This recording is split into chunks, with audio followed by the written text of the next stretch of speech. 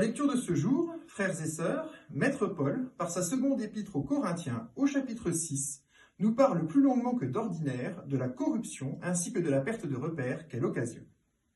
C'est en quelque sorte une mise en garde envers ce que l'on pourrait qualifier de jugement émotionnel non raisonnable. En effet, le mal, par la volonté qu'il entretient de briser la liberté que nous octroie notre esprit en sa qualité d'émanation de l'Esprit Saint de Dieu, va générer chez nous, par ses attaques incessantes, de nombreux biais cognitifs.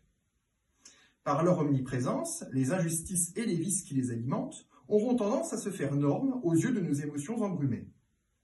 Ce qui n'est au final que l'une des conséquences mécaniques normales relatives à la nature hautement instable de ces dernières.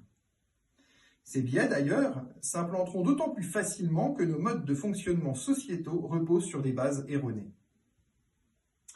Croire, par exemple, que l'aval d'une majorité aboutit à l'instauration d'une vérité va constituer à notre époque l'une des démonstrations les plus flagrantes.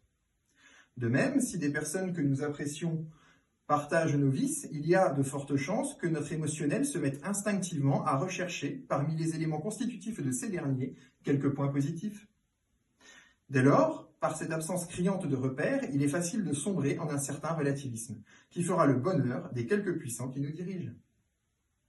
C'est d'ailleurs en conséquence de ce constat que la fidélité à l'évangile authentique prôné par Maître Paul trouve tout son sens profond.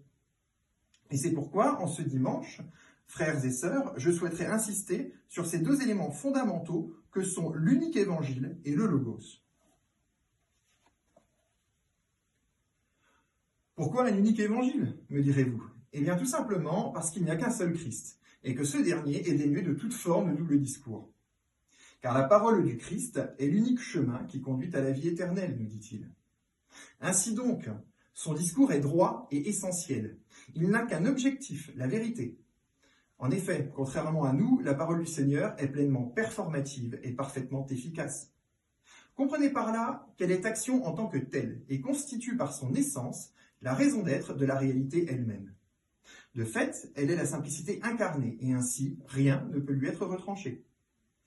De la même façon, lui ajouter des éléments serait la trahir tout autant. Le logos, quant à lui, est la racine philosophique et théologique de l'évangile lui-même. Il implique la notion première de congruence, par sa simplicité effective. La congruence étant la logique interne, je fais ce que je dis et je dis ce que je pense. Ainsi, il est normal de considérer qu'un concept qui, de par sa simplicité et son essentialité, est indivisible, l'incarne parfaitement. Et si donc le chemin par ces deux concepts que sont l'unique évangile ainsi que le logos est parfaitement défini et illuminé, comment pourrions-nous nous égarer? Amen.